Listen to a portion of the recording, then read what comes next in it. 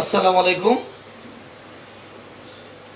উপস্থিত ডাক্তার ভাই বোনেরা,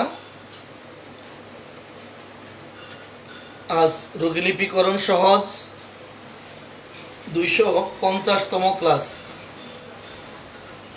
রোগীলিপিকরণ সহজ 250তম ক্লাস।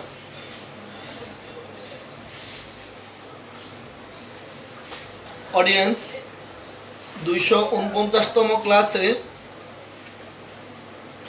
249তম ক্লাসে আমরা যা আলোচনা করছিলাম একটু লিখে জানান।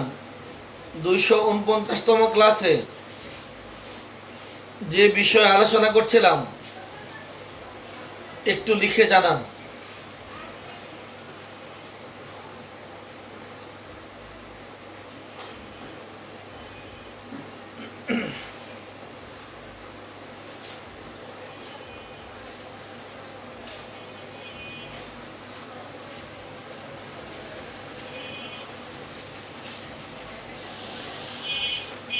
অডিয়েন্স,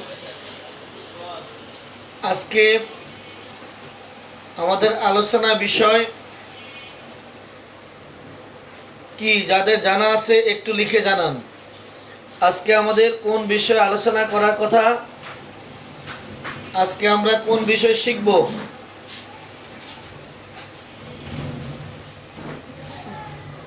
যাদের জানা আছে লিখে জানান। বসতে বলুন। যাদের জানা আছে লিখে জানান। বসতে বলুন। বসু। অডিয়েন্স, আজকে আমাদের যে বিষয়ে আলোচনা করার কথা, যাদের জানা আছে লিখে জানান।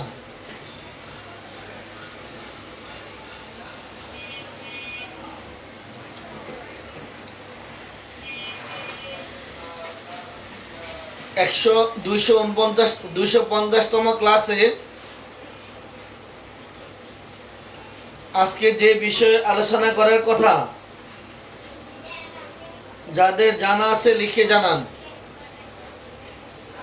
মহিলাদের যৌন জীবন, মহিলাদের যৌন বিতৃষ্ণা। আর কেহ?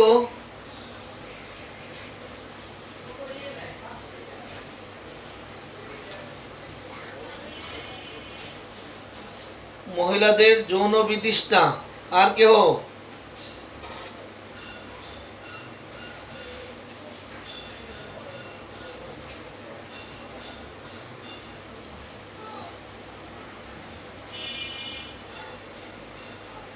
অডিয়েন্স,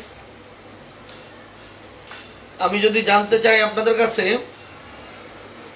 কোনো মহিলা রোগী যদি আপনাদের কাছে অন্য যে কোনো রোগের জন্য আসুক না কেন, শারীরিক অন্য কোনো সমস্যা হতে পারে, মাথা ব্যথা, বুক ব্যথা, পিঠ ব্যথা, শ্বাসকষ্ট, হাড়ের সমস্যা, অন্য কোনো সমস্যার জন্য যদি আপনাদের কাছে আসে, কিংবা আমাদের কাছে যখন রোগী আসে, মহিলা রোগী, তাদের জেনিটাল অর্গানের কোনো সমস্যা নয়, কিন্তু অন্য কোনো সমস্যার জন্য যদি রোগী আসে, সেই সময় রোগীর কাছ থেকে তার এই রোগ ব্যতীত আর কোন বিষয় জানতে হবে, রোগীর রোগ ব্যতীত আর কোন বিষয় জানতে হবে, মহিলা হিসাবে তার কাছ থেকে আর কি তথ্য সংগ্রহ করতে হবে, এ ব্যাপারে আপনাদের যা জানা আছে লিখে জানান।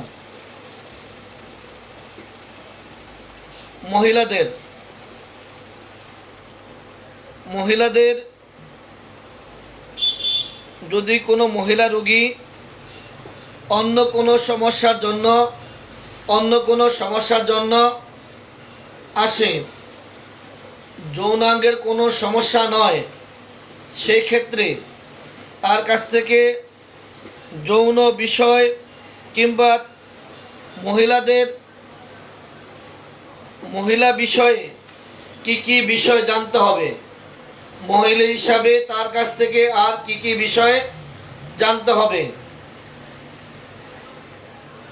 কোনো মহিলা রোগী যদি মাথা ব্যথা, পেট ব্যথা, বুক ব্যথা, শ্বাসকষ্ট, অন্য যে কোনো সমস্যা নিয়ে আসুক না কেন,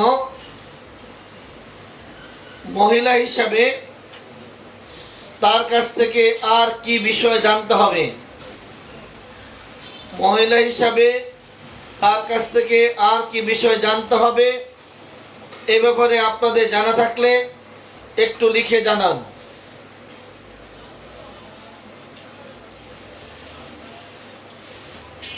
এ ব্যাপারে আপনাদের জানা থাকলে লিখে জানান।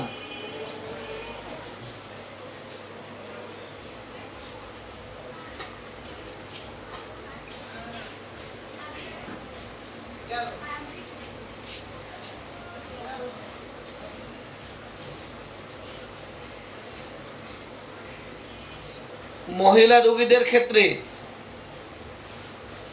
রোগীদের ক্ষেত্রে একজনে লিখছেন ঋতুস্রাব। রুজি রহমান, ঋতুস্রাব সম্পর্কে জানতে হবে, ঋতুস্রাব নিয়মিত হয় কিনা। আর কেহ? একজন পেলাম, ঋতুস্রাব সম্পর্কে জানতে হবে। আর কে আছেন? একজন পেলাম, ঋতুস্রাব সম্পর্কে জানতে হবে। আর কে আছেন লিখুন। আপনাদের বলা শেষ হলে আমারটা শুরু হবে। ঋতুস্রাব, তারপরে কি? ঋতুস্রাবের পরে লিখেন। আর কে আছেন লিখুন।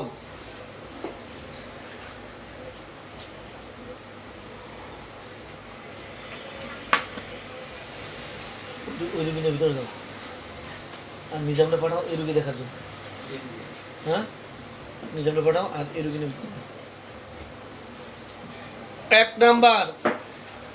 এক নাম্বারে ঋতুস্রাব, 2 নাম্বার লিখছেন সাদা স্রাব। ঋতুস্রাব, সাদা স্রাব। আর কি?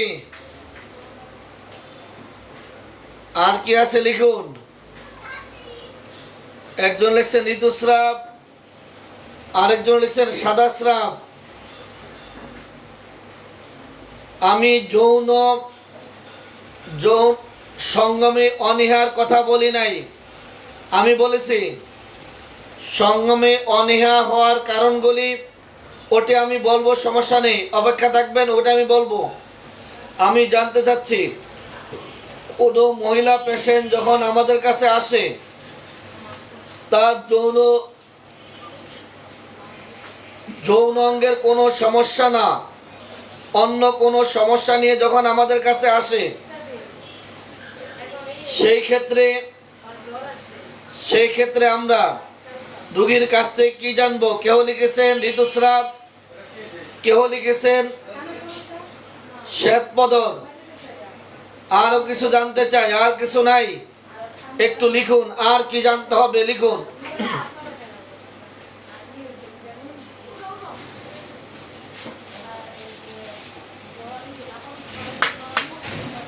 আর কি আছে? ওয়ালাইকুম সালাম। যৌন অবস্থা কেমন শুনলাম। আর কি? আর কিছু? স্তনের আকৃতি, তারপরে কি?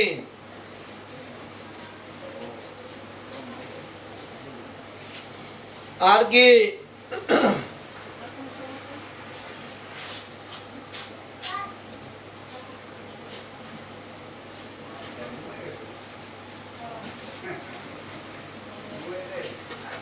ঋতুস্রাব, শ্বেতপদর, স্তন। আর কিছু?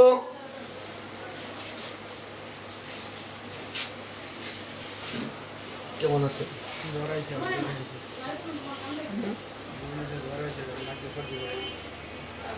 পায়খানা কেমন?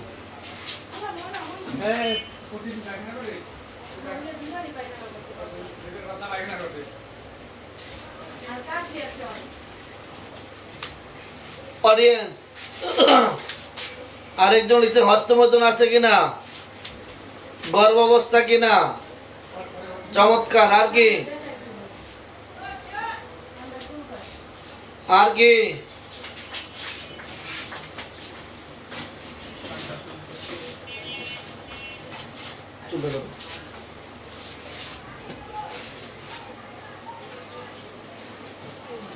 পদ্ধতিটা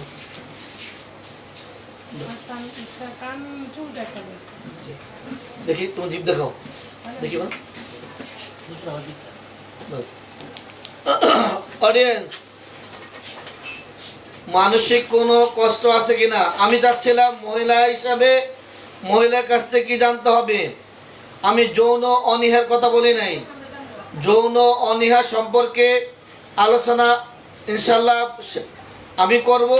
আমি আপনাদের কাছ থেকে জানতে চাচ্ছি, মহিলা রোগীরা যখন ডাক্তারের কাছে আসে, একজন চিকিৎসক রোগীলিপি করার সময় মহিলা হিসাবে রোগীর কাছ থেকে কী জানতে হবে, মহিলা হিসাবে আমি সেই বিষয়ে জানতে চাচ্ছি।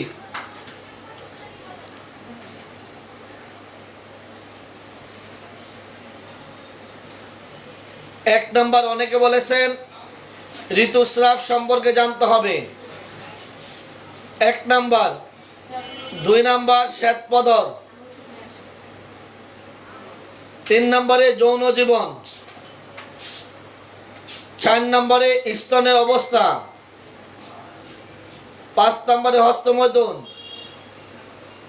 ছয় নম্বরে জরায়ুর অবস্থা, সাত নম্বরে বন্ধ্যাত্ব, আট নম্বর যৌনাঙ্গের অবস্থা কি, যৌনাঙ্গের অবস্থা। অডিয়েন্স, এক নম্বরে ঋতুস্রাব সম্পর্কে জানতে হবে। মহিলা হিসাবে একজন রোগীর মহিলা হিসাবে জানতে হবে আমাদের ঋতুস্রাব সম্পর্কে, তার ঋতুস্রাব কি অবস্থা। এবার বলুন, একজন মহিলা রোগীর অন্য কষ্টের জন্য চিকিৎসকের কাছে যখন আসেন, সেই সময় এই মহিলা রোগীর রোগীলিপি করার সময় আমরা যে সকল বিষয় জানব, তার ঋতুস্রাব সম্পর্কে জানব, শ্বেতপদর আছে কিনা জানব, যৌন অবস্থা কেমন সে সম্পর্কে জানব, স্তনের আকৃতি সম্পর্কে জানব, হস্তমৈথুন অভ্যাস আছে কিনা জানব, জরার কোনো সমস্যা আছে কিনা, বন্ধ্যাত্ব কিনা, গর্ভাবস্থা কিনা, যৌনাঙ্গের আকৃতি, যৌনাঙ্গের অবস্থা, আমরা এগুলি বিস্তারিত জানব। অডিয়েন্স, এবার আমি জানতে চাই, আপনারা এবার বলুন, একজন মহিলা রোগীর রোগীলিপির সময় তার ঋতুস্রাব সম্পর্কে আমরা কি জানতে পারি। একজন মহিলা রোগীর ঋতুস্রাব সম্পর্কে আমরা কি জানতে পারি, এই ব্যাপারে লিখে জানান। এক এক করে লিখুন, ঋতুস্রাব সম্পর্কে আমরা কি জানতে পারি, কি জানবো। ঋতুস্রাব সম্পর্কে আমরা কি জানবো, ঋতুস্রাব সম্পর্কে কি জানবো, দ্রুত লিখুন। ঋতুস্রাব,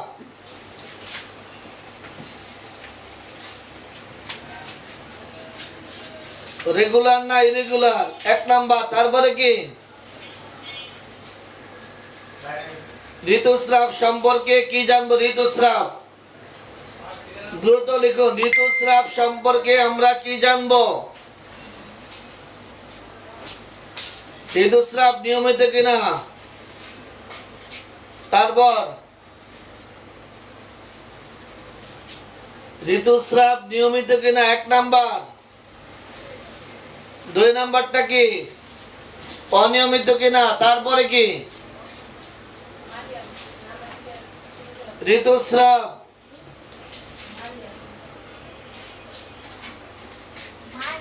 এগিয়ে আসে না, দেরিতে আসে, চমৎকার। তারপরে কি,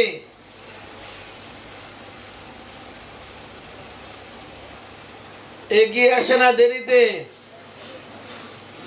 কতদিন থাকে, কতদিন স্থায়ী হয়।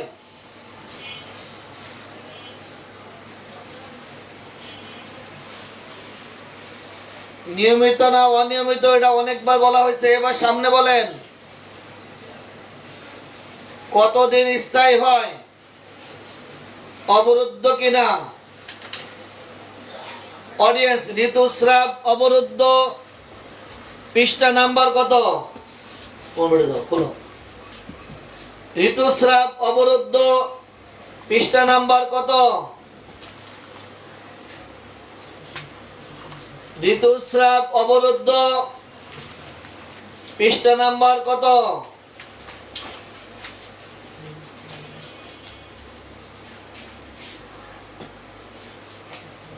ঋতুস্রাব অবরুদ্ধ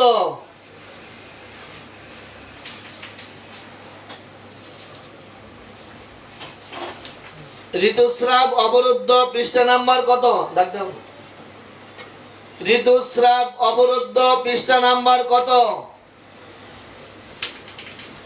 অডিয়েন্স, আমরা আজকে শিখব মহিলাদের যৌন আকাঙ্ক্ষা কম কেন, মহিলাদের যৌন আগ্রহ কম কেন, সঙ্গমে অনীহা কেন। সঙ্গমে অনীহা এ বিষয়ে আমরা কিছুক্ষণ পরে আলোচনা করব ইনশাআল্লাহ। তার আগে জানতে চাই, একজন মহিলা রোগী যখন আমাদের কাছে আসে তার অন্য সমস্যা নিয়ে, তখন আমরা রোগীর মহিলা হিসাবে তার কাছ থেকে আমরা যে সকল বিষয় জানতে যাব, তার মধ্যে 1 নাম্বার সকলেই লিখেছেন, ঋতুস্রাব সম্পর্কে জানতে হবে। আমি আপনাদের কাছ থেকে আবারও জানতে চাচ্ছি, ঋতুস্রাব সম্পর্কে আমরা কি জিজ্ঞাসা করব বা কি জানব। তবে এমন প্রশ্ন করতে হবে যেই প্রশ্নের যেই লক্ষণের আলোকে ওষুধ রয়েছে, যে সিমটমের আলোকে মেডিসিন রয়েছে, এমন প্রশ্ন করতে হবে। অস্বাভাবিক কোনো প্রশ্ন করে লাভ নেই, যার দরকার নেই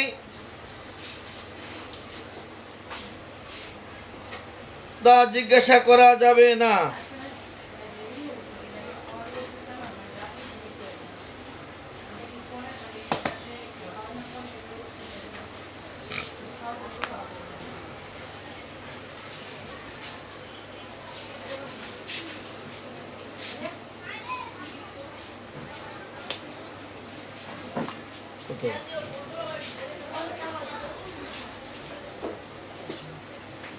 অডিয়েন্স,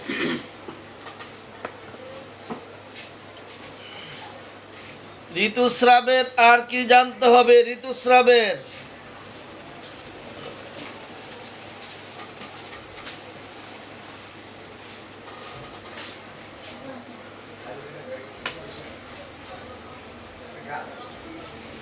ঋতুস্রাব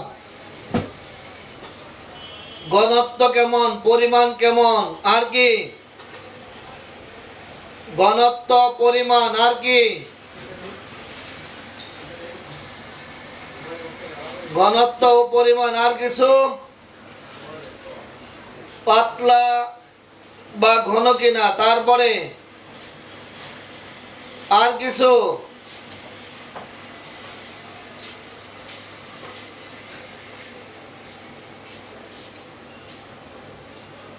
অডিয়েন্স, আমি এবার 2-1টি করে বলছি আপনাদের সাথে। আপনার ঋতুস্রাব নিয়মিত, অনিয়মিত, বিলম্বিত,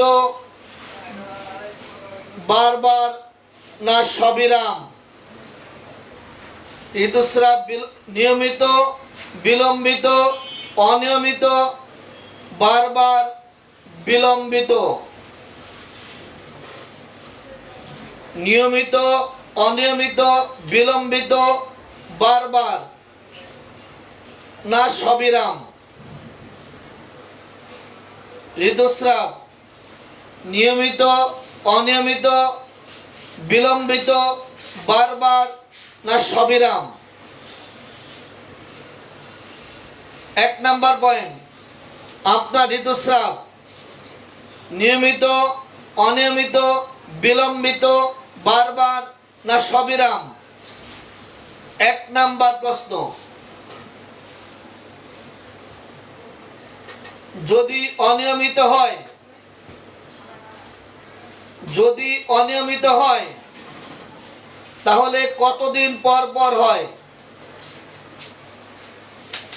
কতদিন স্থায়ী থাকে, কি পরিমাণে হয়, গন্ধ কেমন, বর্ণ কেমন,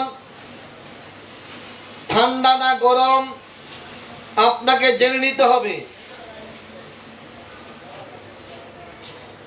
1 নাম্বার প্রশ্ন, আপনার ঋতুস্রাব নিয়মিত না অনিয়মিত, বিলম্বিত, বারবার না সবিরাম?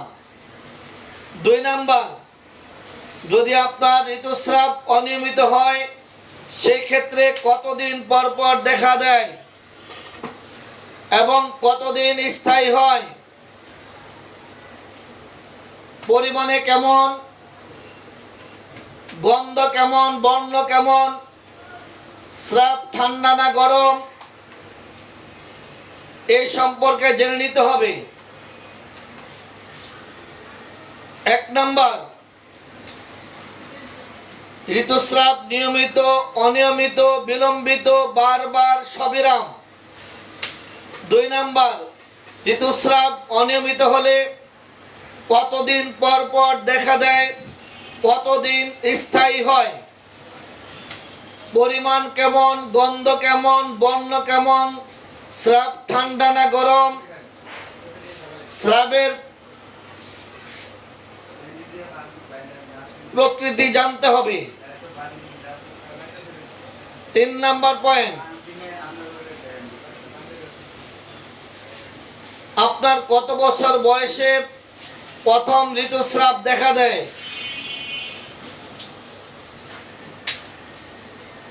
প্রথম কত বছর বয়সে ঋতুস্রাব দেখা দেয়? উপযুক্ত বয়সের পূর্বে না উপযুক্ত বয়সে না উপযুক্ত বয়সের পরে, তা জেনে নিতে হবে। 3 নাম্বার পয়েন্ট। 3 নাম্বার পয়েন্ট, আপনার প্রথম ঋতুস্রাব কত বছর বয়সে দেখা দিয়েছিল?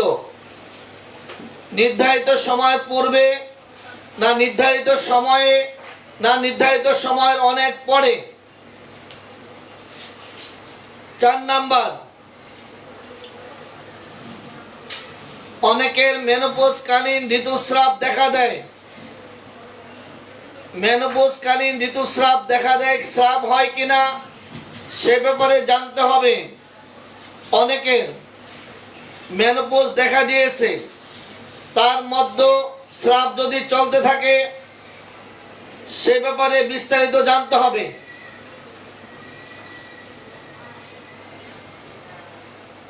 5 নাম্বার প্রশ্ন,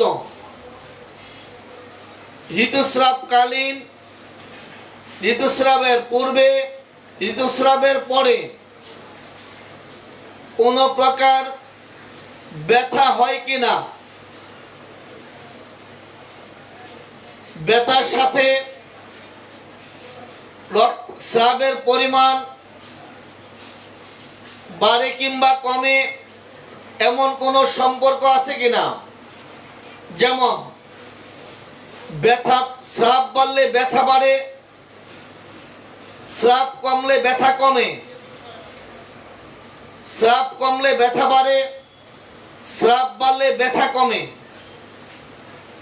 অডিয়েন্স, যত স্রাব তত ব্যথা, যত স্রাব কম তত ব্যথা,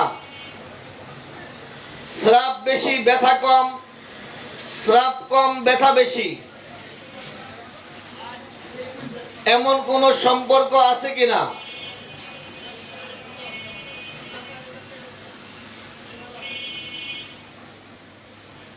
স্রাবের পরিমাণ কেমন, ব্যথা বাড়লে স্রাব বাড়ে কিনা, ব্যথা কমলে স্রাব বাড়ে কিনা, ব্যথা বাড়লে স্রাব কমে কিনা, এই ব্যাপারে জেনে নিতে হবে। আপনার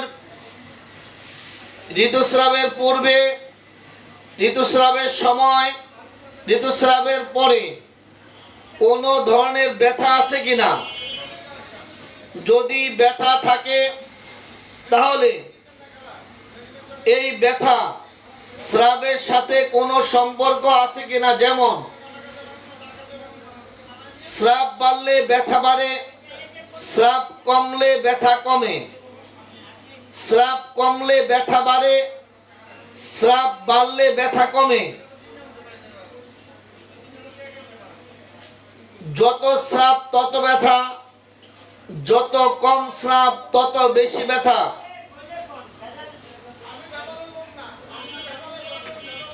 স্রাব বাড়লে ব্যথা কমে, স্রাব কমলে ব্যথা বাড়ে। অডিয়েন্স, এখানে আমি দুইটা ফর্মুলা বলছি।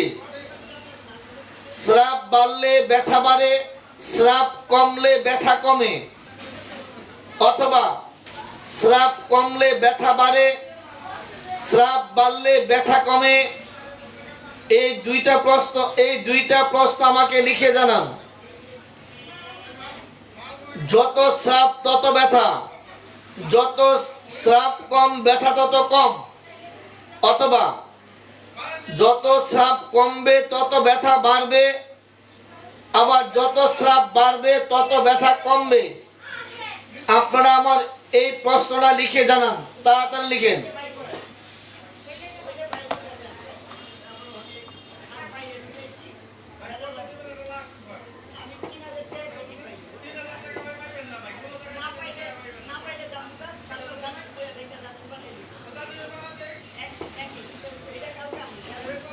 অডিয়েন্স, লিখে জানান।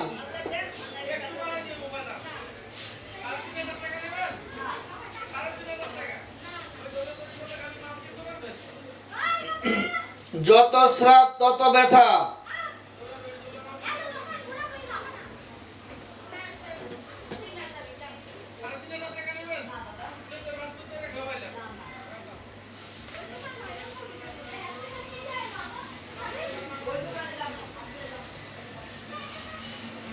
অডিয়েন্স, ব্যথাযুক্ত মাসিক, ব্যথাযুক্ত মাসিক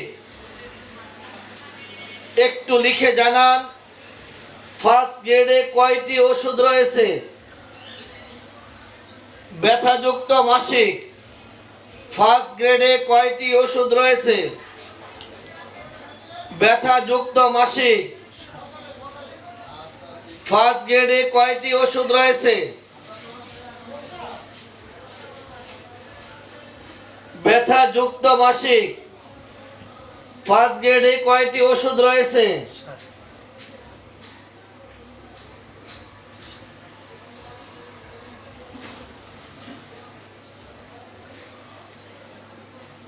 7টি। ডাক্তার লোকমান হাকিম স্যার লিখছেন 7টি।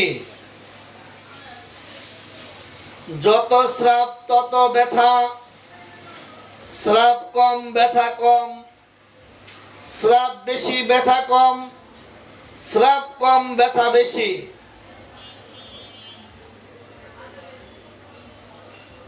একটু লিখে দেন, সবাই লিখুন। রোগীকে কি প্রশ্ন করতে হবে যদি আপনি না জানেন? তাহলে রোগীলিপি মজা হবে না।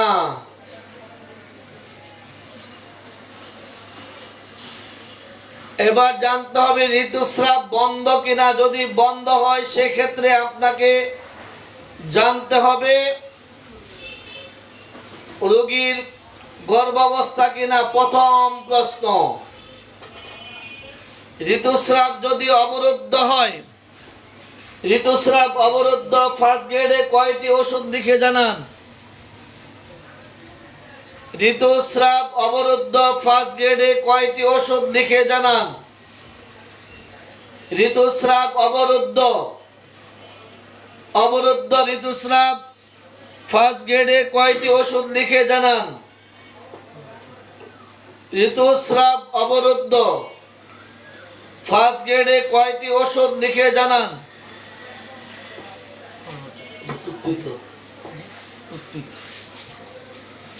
ঋতুস্রাব অবরুদ্ধ ফার্স্ট গ্রেডে কয়টি ওষুধ লিখে জানান? ঋতুস্রাব অবরুদ্ধ ঋতুস্রাব অবরুদ্ধ ফার্স্ট গ্রেডে কয়টি ওষুধ লিখে জানান? 13টি। কয়টা? হ্যাঁ, মনে দে। 1 2 3 4 5 6 7 8 9 10 11 12 13 14 15। অডিয়েন্স একটু ঠিক করে লিখুন।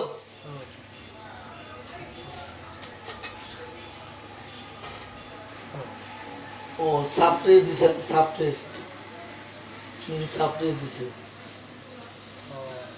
দেখি, অবরুদ্ধ দিছে, অবরুদ্ধ, সাপ্রেসড।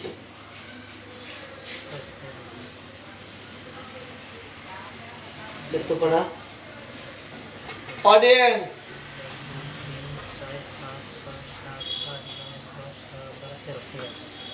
ফার্স্ট গ্রেডে 13টি ঋতুস্রাব চাপা পড়া, আর অনুপস্থিত হলো 15টি। ঋতুস্রাব মিন্স অ্যাবসেন্ট হলো ফার্স্ট গ্রেডে 15টি, আর ঋতুস্রাব চাপা পড়া অবরুদ্ধ থাকা ফার্স্ট গ্রেডে 13টি।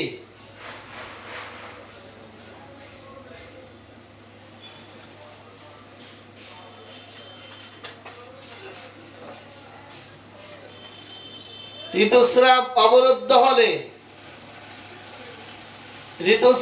অবরুদ্ধ হলে বিবাহিতদের ক্ষেত্রে জানতে হবে প্রথম প্রশ্ন, গর্ভাবস্থা কিনা। যদি গর্ভাবস্থা না হয় সেক্ষেত্রে, এবং অবিবাহিতদের ক্ষেত্রে কিছু ব্যতিক্রম, কিছু তথ্য সংগ্রহ করতে হবে বা কিছু জিনিস জেনে নিতে হবে এই ঋতুস্রাব অবরুদ্ধ হওয়ার কারণ হিসাবে। ঋতুস্রাব অবরুদ্ধ হওয়ার বিবাহিত হলে প্রধান কারণ হিসাবে গর্ভাবস্থা কিনা জেনে নিতে পারেন। এছাড়া যদি গর্ভাবস্থা না হয়, বিবাহিত অবিবাহিত সবার ক্ষেত্রে যা জানতে হবে, আপনাদের জানা থাকলে আমাকে কিছু লিখে পাঠান। যদি রোগী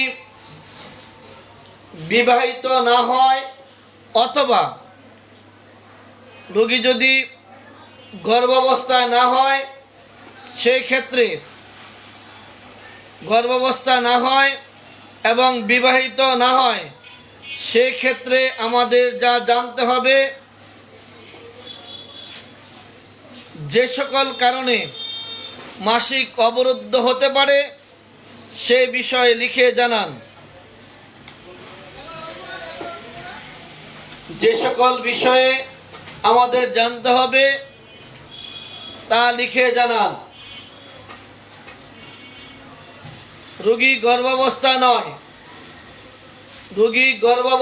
নয় অথবা অবিবাহিত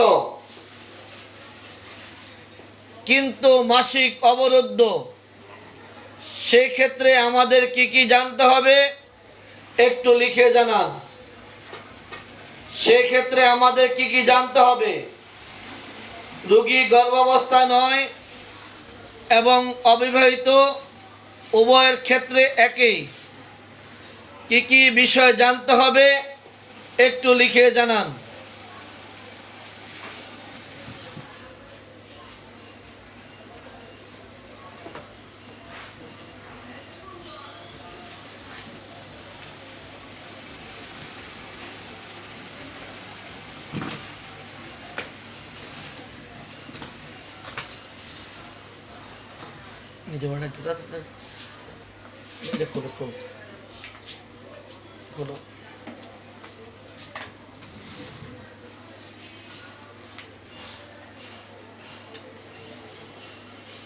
লিখুন, রোগী গর্ভাবস্থায় নয় এবং বিবাহিত নয়। রোগী বিবাহিত নয়, গর্ভাবস্থাও নয়। তাহলে এই অবস্থায় ঋতুস্রাব অবরুদ্ধর কারণ হিসাবে কি জানতে পারি? ঋতুস্রাব অবরুদ্ধের কারণ হিসাবে যা জানতে পারি,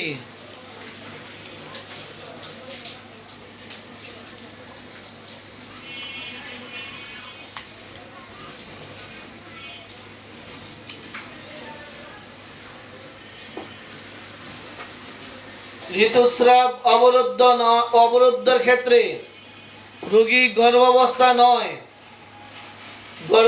নয়, বিবাহিত নয়, সেই ক্ষেত্রে আমরা কি কি জানতে পারি?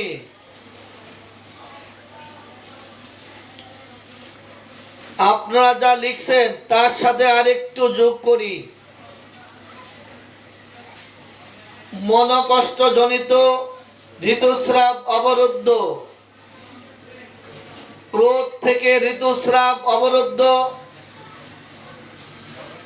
শীত থেকে বা শীতল জলে ভেজা থেকে ঋতুস্রাব অবরুদ্ধ,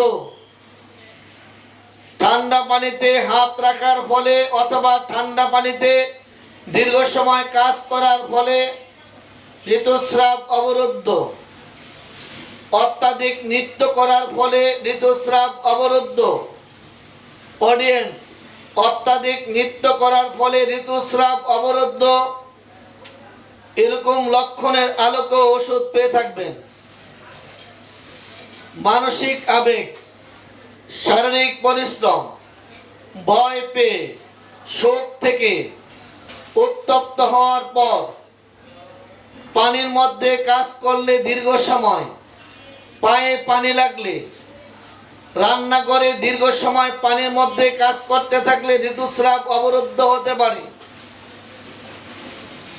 পরবর্তী নাম্বার, অপুষ্টি, মেদবহুল, শীর্ণকায় স্ত্রীলোকদের অপুষ্টিজনিত কারণে ঋতুস্রাব অবরুদ্ধ হতে পারে। মেদ প্রবণের ক্ষেত্রে হতে পারে, অতিরিক্ত শীর্ণকায়, দুর্বল এর ফলে হতে পারে। পরবর্তী নাম্বার, অতিরিক্ত শ্বেতপদর, জটিল কোনো রোগে ভোগা, যেমন বাতজ্বর, যক্ষা, ক্যান্সার, কঠিন চর্মপীড়া, চাপা পড়া, উচ্চ রক্তচাপ, পাগল, পক্ষাঘাত, যকৃৎ প্রদাহ ইত্যাদি রোগ থাকলে ঋতুস্রাব চাপা পড়তে পারে, ঋতুস্রাব অবরুদ্ধ থাকতে পারে। বিবাহিত মহিলাদের ক্ষেত্রে দীর্ঘদিন ঋতুস্রাব বন্ধ রাখার জন্য অথবা জন্ম নিয়ন্ত্রণের জন্য দীর্ঘদিন জন্ম নিয়ন্ত্রণের জন্য ট্যাবলেট খাওয়া, ইঞ্জেকশন, নরপ্লান ইত্যাদি ব্যবহার করতে থাকলে ঋতুস্রাব অবরুদ্ধ হতে পারে। ঋতুস্রাব অবরুদ্ধ হওয়ার আরেকটি প্রধান কারণ, বিবাহিত মহিলারা জন্ম নিরোধ হিসাবে দীর্ঘদিন ট্যাবলেট খাওয়া,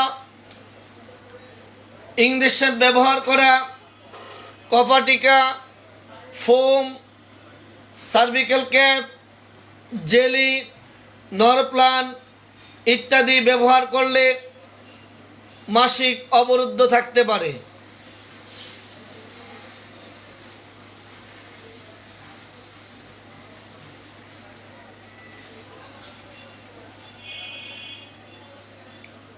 অতিরজ, অডিয়েন্স, অতিরজ এই ব্যাপারেও রোগীদের সাথে কথা বলে জেনে নিতে হবে তাদের এই অতিরিক্ত ঋতুস্রাব কিংবা বারবার ঋতুস্রাবের কারণগুলি কি।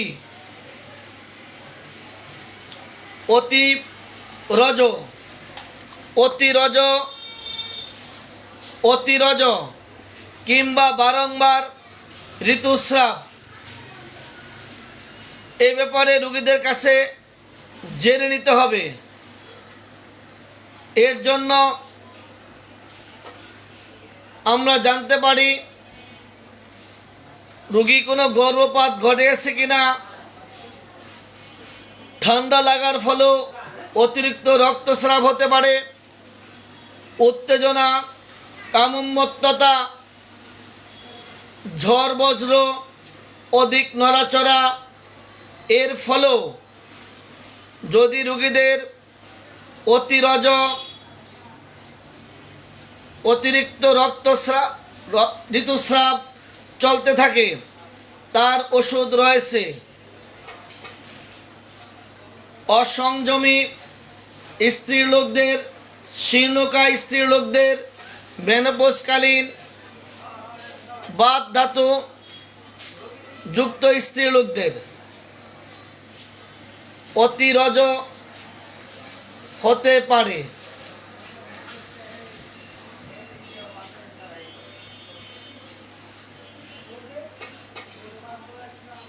বিবাহিত মহিলারা একাধিক গর্ভপাত, অধিক সন্তান প্রসব, অধিক সঙ্গম এর ফলেও অতিরজ হতে পারে। অডিয়েন্স, ঋতুস্রাবের ঘনত্ব সম্পর্কে আমাদের জানতে হবে।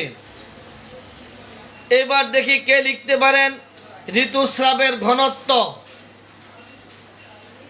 দেখি কে লিখতে পারেন ঋতুস্রাবের ঘনত্ব। এই ঋতুস্রাবের ঘনত্বের পরে, এই ঋতুস্রাবের পরে আমরা চলে যাব মহিলাদের যৌন অনীহার কারণ জানার জন্য। কেন মহিলাদের যৌন অনীহা, সেই বিষয় ইনশাল্লাহ আমরা আলোচনা করব। এবার লিখেন মহিলাদের ঋতুস্রাবের ঘনত্ব কি কি হতে পারে। ঘনত্ব: ঘন, পাতলা, চটচটে, তরল, রক্তের মধ্যে চাপ চাপ এমন কিনা। ঋতুস্রাবের পরিমাণ। অডিয়েন্স, ঋতুস্রাবের পরিমাণ সামান্য, প্রচুর, অতি রজস্রাব, দীর্ঘস্থায়ী, স্বল্পকালীন মাত্র একদিন, স্বল্পকালীন মাত্র একদিন, মাত্র 1 ঘন্টা, কেবলমাত্র নিদ্রার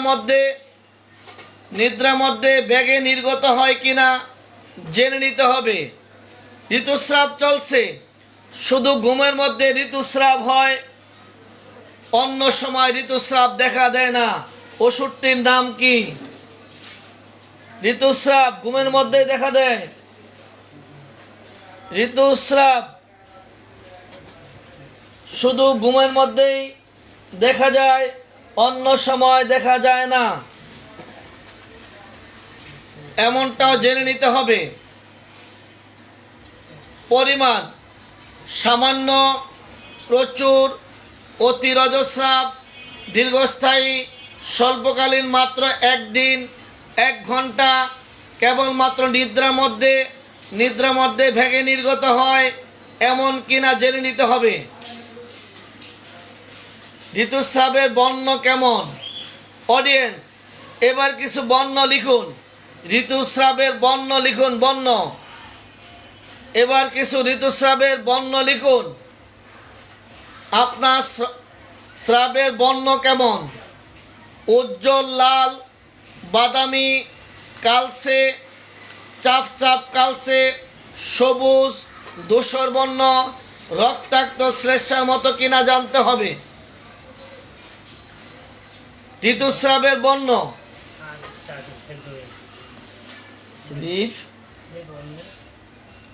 অডিয়েন্স, ঋতুস্রাব শুধুমাত্র ঘুমের মধ্যেই দেখা দেয়, জাগ্রত হলে স্রাব থাকে না। ওষুধটির নাম কি? কে পারেন লিখে দেন। ঋতুস্রাব শুধুমাত্র ঘুমের মধ্যেই স্রাব থাকে, জাগ্রত হলে স্রাব থাকে না। Magnesia curve. একদম চমৎকার। অডিয়েন্স, ঋতুস্রাবের বর্ণ কেমন? উজ্জ্বল লাল, বাদামি, কালচে, চাপ চাপ কালচে, সবুজ, ধূসর বর্ণ, রক্তাক্ত, শ্লেষ্মার মতো কিনা জানতে হবে। ঋতুস্রাবের গন্ধ কে পারেন একটু লিখে দেন। ঋতুস্রাবের গন্ধ। এই ঋতুস্রাবের গন্ধের পরে আমরা চলে যাব মহিলাদের যৌন অনীহায়। অনীহার কারণ কি? ঋতুস্রাবের গন্ধ স্বাভাবিক গন্ধ, দুর্গন্ধ, অ্যামোনিয়ার গন্ধ, পচা মাছের গন্ধ, পশমান্তিক স্রাবের গন্ধ, জাজালো গন্ধ, টক গন্ধ, উগ্র গন্ধ কিনা।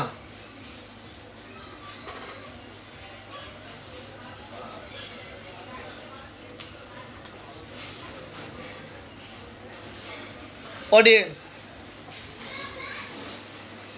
এই যে এক এক দিন এক এক বিষয় আলোচনা করতে শুরু করি, এর অনেকগুলি কারণের মধ্যে একটি কারণ হচ্ছে আমাদের এইচএসআরএফে যেই ডাক্তাররা রোগীলিপি করেন, নতুন পুরাতন মিলে যারা পুরাতন আলহামদুলিল্লাহ তাদের রোগীলিপিতে কোনো কিছু বাদ পড়ে না। যারা নতুন তারা রোগীলিপিতে যে অবস্থাগুলি তৈরি করে তারপরেই সিদ্ধান্ত নেই যে আজকে এই বিষয়ে আলোচনা করার কথা, আলোচনা করা দরকার। ঋতুস্রাব সম্পর্কে লেখে, ঋতুস্রাব কম হয় কিংবা বেশি হয়, বারবার হয়, এই একটু লিখলো আর কি, মানে দায় সারা কাজ। অডিয়েন্স, এই যে ঋতুস্রাব সম্পর্কে আমি এতক্ষণ যা বললাম, তারপরও একটি কথা বাদ পড়ে গেল। আপনারাই লিখুন সেই কথাটি কি। এই যে এতক্ষণ যা বললাম ঋতুস্রাব সম্পর্কে, মহিলাদের ঋতুস্রাব সম্পর্কে জানতে হবে, এরপরও একটি কথা বাদ পড়েই যায়। বাদ পড়ে গেল, যেটা জানতেই হবে, না জানলে কোনো উপায় নেই, জানতেই হবে। অনিয়মিত ঋতুস্রাবের ক্ষেত্রে এই কথাটা বাদ পড়ে যায়, কিন্তু এটা না জানলে কোনোভাবেই এই রোগীর চিকিৎসা করা যাবে না। এমন একটি কথা বাদ পড়ে গেছে, বলেন তো কি, কোন কথাটা বাদ পড়লো একটু লিখে জানান। এই ঋতুস্রাব সম্পর্কে এতগুলা প্রশ্ন করলাম রুগীকে, তারপরও অনিয়মিত ঋতুস্রাব, তার মধ্যে একটি কথা এখনো অজানা থেকে গেল। সেই কথাটি কি বলেন তো, কি বাদ পড়ল? ঘনত্ব বলেছি। এই ঋতুস্রাব সম্পর্কে এত কথা বলার পরও কি বাদ পড়ে গেল? কে আছেন দেখি? শেষ মাসিক। শেষ মাসিক কি? শেষ মাসিক কি? ঠিকঠাক মতো বলেন, কি লিখতে হবে, কি জানতে হবে?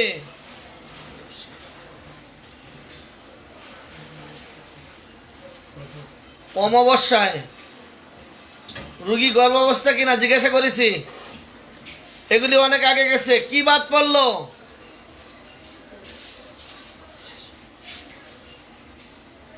আপনি না, আপনার ঋতুস্রাব কবে শেষ হয়েছিল, অর্থাৎ শেষ ঋতুস্রাব কয় তারিখে ছিল? শেষ ঋতুস্রাব কয় তারিখে ছিল? LMP জেনে নিতে হবে। এই কথাটাই বাদ পড়ে যায়।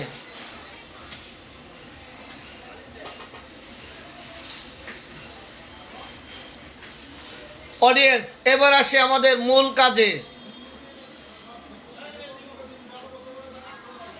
যৌন অনীহা, এই কথাটা অধিকাংশ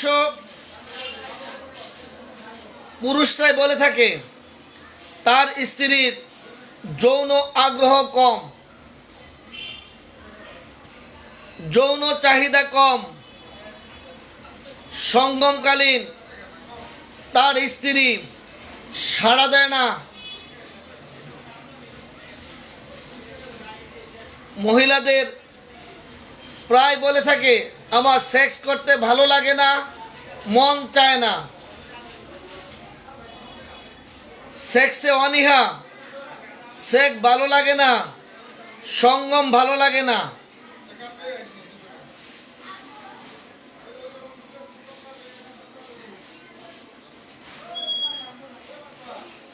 অডিয়েন্স, এই যে ভালো লাগে না, এই যে অনীহা, আপনি কি ওষুধ দিবেন? যৌন অনীহা এই কথা শুনে যে ওষুধগুলি রয়েছে সবগুলি দিয়ে দিবেন? আগে বের করেন। মহিলাদের যৌন ইচ্ছা কম কিংবা সঙ্গমে অনীহা, পৃষ্ঠা নাম্বার কত? ওষুধ কয়টি? পৃষ্ঠা নাম্বার কত? যৌন সঙ্গমে অনীহা ফার্স্ট গ্রেডে কয়টি এবং মোট ওষুধ সংখ্যা কয়টি? সঙ্গমে অনীহা, এই যে সঙ্গমে অনীহা, এত ঔষধ, এই ওষুধ কিভাবে ব্যবহার করবেন? এই ওষুধগুলি কিভাবে ব্যবহার করবেন? এই ব্যাপারে কোনো পরামর্শ থাকলে একটু বলেন।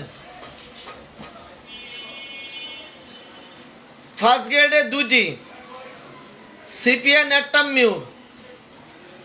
টোটাল ওষুধ কয়টি একটু লিখেন তো কেউ, গোনা দে। সঙ্গমে অনীহা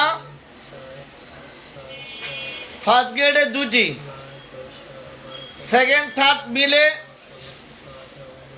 কয়টি?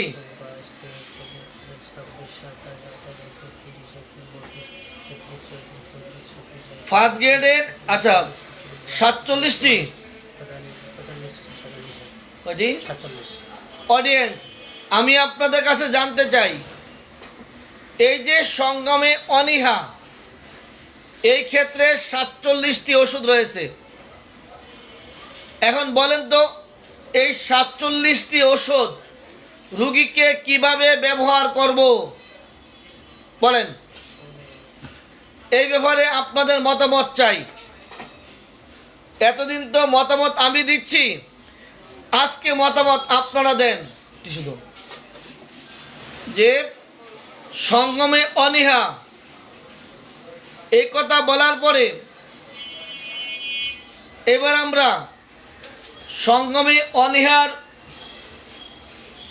যে সকল ওষুধ রয়েছে 47টি ওষুধ শুধু ক্যান্টের রেফার্টরিতে, এখন এই 47টি কিভাবে ব্যবহার করব একটু পরামর্শ দেন, বলেন। সঙ্গমে অনীহা 47টি ওষুধ, কয়শান অ্যাভারশন, সঙ্গমে অনীহা 47টি ওষুধ, এগুলা ব্যবহার কিভাবে করব এ ব্যাপারে আপনাদের কোনো মতামত থাকলে লিখুন।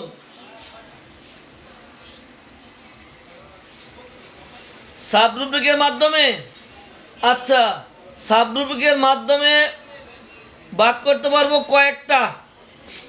যদি কারো মাসিকের পরে ভালো লাগে না, তাইলে কিছু ওষুধ ভাগ করা যায়। আনন্দ পায় না, কিছুটা ভাগ করা যাবে। দেরিতে উত্তেজনা হয়, কিছুটা ভাগ করা যাবে। এখন এর বাহিরে এই এতগুলি ওষুধ কিভাবে ব্যবহার করবেন এই ব্যাপারে আপনাদের মতামত চাই। প্রথমে ফার্স্ট গ্রেড রোগীর লক্ষণ একটাও সিপিআর সাথে আর নেটটামের সাথে মিলে না, তাইলে এবার কি করবেন? রুগীর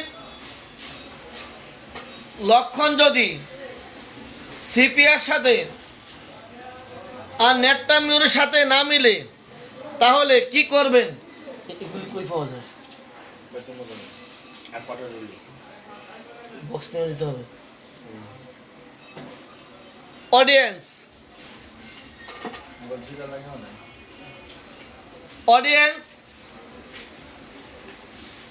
এই যে 47টি ঔষধ রোগীর লক্ষণ সিপিআর কিংবা নেটটামিউরের সাথে কোনো মিল নেই,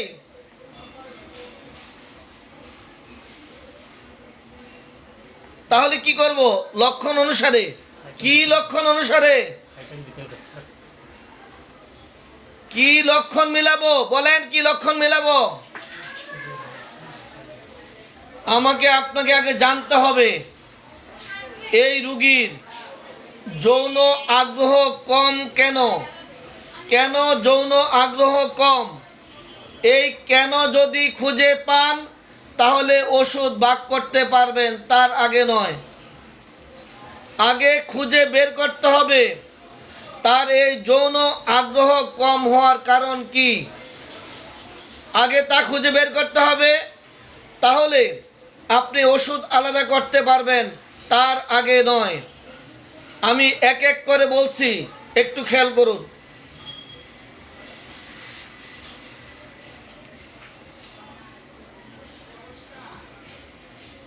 অনেক পুরুষ মহিলা আছে যাদের যৌন মিলনে একেবারেই উৎসাহ অনুভব করে না। যৌন মিলনের উৎসাহ অনুভব করে না, এটা পুরুষ কিংবা মহিলা, এটার নাম হচ্ছে সেক্সুয়াল অ্যাভার্সন। আর যারা কম অনুভব করে তাদের এই সমস্যাকে বলা হয় হাইপোভার্সন। এই যে অ্যাভার্সন, একেবারেই কোনো ধরনের আগ্রহ অনুভব করে না।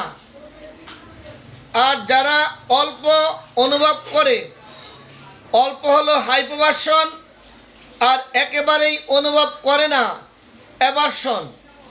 তাহলে এই অ্যাভার্সনের 47টি ঔষধ যদি ব্যবহার করতে হয় তাহলে আপনাকে খুঁজে বের করতে হবে এই মহিলার যৌন আগ্রহ কম হওয়ার কারণ কি। এবার আপনারা বলুন, মহিলাদের যৌন আগ্রহ কম হওয়ার কারণগুলি কি কি? যদি আমি এক নম্বরে বলি স্বামীর প্রতি ভালোবাসার অভাব। এক নাম্বার, স্বামীর প্রতি ভালোবাসার অভাব হলে অথবা স্বামী স্ত্রী দুইজনের সম্পর্ক ভালো না থাকলে ধীরে ধীরে যৌন আগ্রহ কমে যাবে। এক নাম্বার পয়েন্ট। অডিয়েন্স, আজকে এই বিষয় নিয়ে আলোচনা করার কারণ, যখন আমি ঘোষণা দিয়েছি তার ঠিক পূর্ব মুহূর্তে যে রুগী দেখলাম, সেই রুগীর যৌন আগ্রহ এতটা কম, এই কমার যে কারণ ছিল সেই কারণটাকে স্মরণ করেই আজকে এই ঘোষণা। মেয়েদের যৌন আগ্রহ কম, আপনি আন্দাজি ওষুধ দিলেই কাজ করবে না, নেটটামিউরাস সিপিআর দিয়ে দিলে হবে না। কেন আগ্রহ কম, এক এক করে খুঁজে বের করতে হবে। এক নাম্বার, স্বামীর প্রতি ভালোবাসা কম থাকলে, দুইজনের সম্পর্ক ভালো না থাকলে, এক নাম্বার পয়েন্ট। দুই নাম্বার,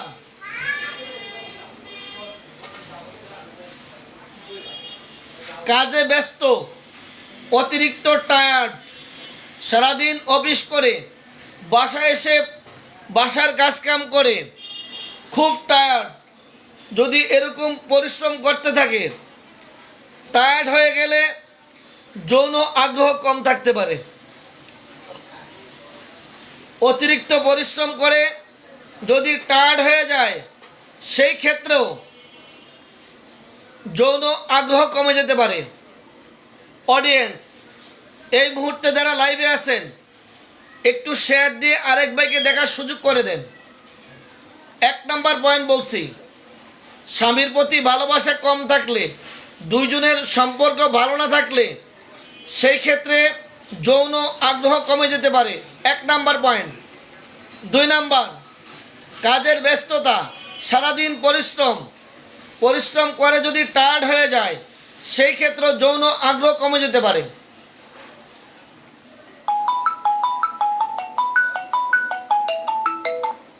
দীর্ঘদিন বিবাহিত জীবনে একে অপরের প্রতি শারীরিক আগ্রহ হারিয়ে ফেললে, দীর্ঘদিনের সংসার যদি হয়, সেক্ষেত্রে স্বামীর প্রতি যদি আগ্রহ, স্বামীর বিভিন্ন অঙ্গ কিংবা স্বামীর প্রতি, স্বামীরকে দেখা, স্বামীর কাছে যাওয়া, এই জাতীয় আগ্রহ যদি দীর্ঘদিনে হারিয়ে ফেলে, সেই ক্ষেত্রে যৌন আগ্রহ কমে যেতে পারে। বলো, আধা ঘন্টা পরে। 4 নাম্বার, যে কোনো কারণে মন খারাপ থাকলে, স্বামীর কারণে হোক কিংবা যে কোনো কারণে হোক, স্বামীর কারণে হোক কিংবা যে কোনো কারণে, পারিবারিক কারণে, যাই হোক না কেন, যে কোনো কারণে মন খারাপ থাকলে যৌন আগ্রহ কমে যেতে পারে। 4 নাম্বার, যৌনাঙ্গের কিছু সমস্যা থাকলে, যেমন যৌনাঙ্গ শুষ্ক থাকলে, অতিরিক্ত স্যাঁতসেঁতে থাকলে, স্ফীত হয়ে গেলে, আকুঞ্চন সংকোচন হয়ে গেলে, শীতলতা হলে, উত্তপ্ত হলে, কঠিনতা যুক্ত স্ফীত হলে, চুলকানি থাকলে, দপদপকর অনুভূতি থাকলে, পোকা হাঁটানে অনুভূতি থাকলে, যৌনাঙ্গে জ্বালা করলে, সঙ্গমের সময় যৌনাঙ্গে কষ্ট অনুভব করলে, স্পর্শকাতরতা থাকলে,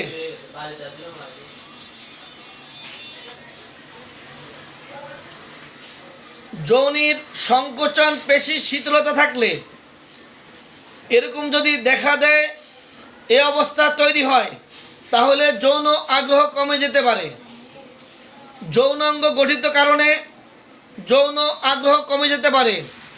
শুষ্কতা, স্যাঁতসেঁতে, আকুঞ্চন, সংকোচন, শীতলতা, উত্তপ্ত, কঠিনতা স্ফীত, চুলকানি দপদপ করা অনুভূতি, পোকা হাঁটানে অনুভূতি, যৌনাঙ্গে জ্বালা, ব্যথা, স্পর্শকাতরতা ইত্যাদি অনুভব করলে যৌন আগ্রহ কমে যেতে পারে।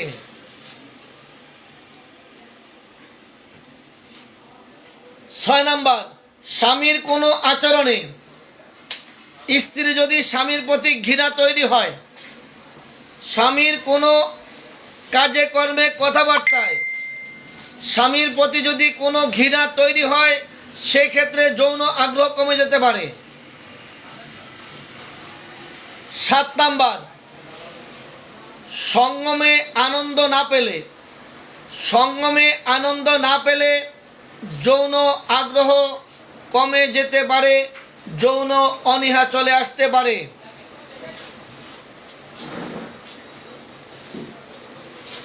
কামভাব কষ্টকর, কামভাবের অভাব, কামভাব দেরিতে আসা, যদি কামভাব না থাকে, সেই ক্ষেত্রে সেক্স না করে থাকার জন্য চেষ্টা করে। সঙ্গমকালীন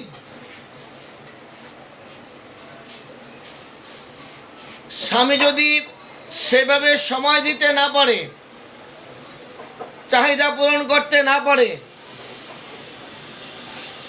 অথবা সঙ্গমের নিয়মকানুন যদি না বুঝে, তাহলে সঙ্গমের আগ্রহ হারিয়ে ফেলতে পারে। যৌনাঙ্গের কিছু রোগ যদি থাকে, যেমন যৌনাঙ্গের উদ্ভেদ, আচিল, উপমাংস, কন্ডাইলোমেটা, পুষ্পটিকা, যৌনপদ্মে অতিরিক্ত বায়ু নিঃসরণ, জরায়ু নিচে নেমে যাওয়া, নালীক্ষত, ফোড়া, টিউমার, ক্যান্সার, ভ্যাজাইনাইটিস, ভালভাইটিস ইত্যাদি রোগ থাকলে যৌন আগ্রহ কমে যেতে পারে।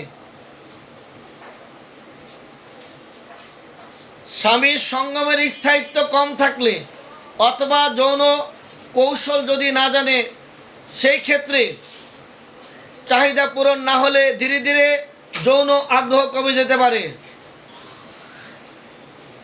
12 নম্বর, স্বামীর প্রতি অবিশ্বাস।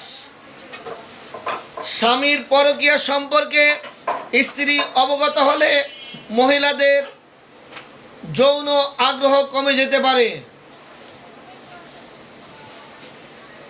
13 নম্বর, বিয়ের শুরুর দিকে স্বামী স্ত্রী উভয়ের একটি জীবন, নতুন জীবন, এই বিষয়ে যদি মহিলাদের কোনো অতীতের অভিজ্ঞতা কিংবা এই বিষয়ে কোনো জানাশোনা না থাকে, এই যৌন সম্পর্কে কোনো ভয় বা আতঙ্ক থাকে, সেই ক্ষেত্রেও যৌন আগ্রহ কম থাকতে পারে।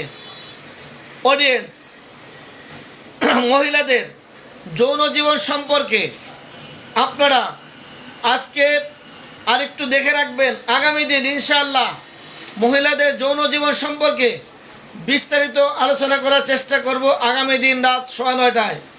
সেই পর্যন্ত সবাই ভালো থাকেন। আসসালামু আলাইকুম ওয়া রাহমাতুল্লাহি ওয়া বারাকাতুহু।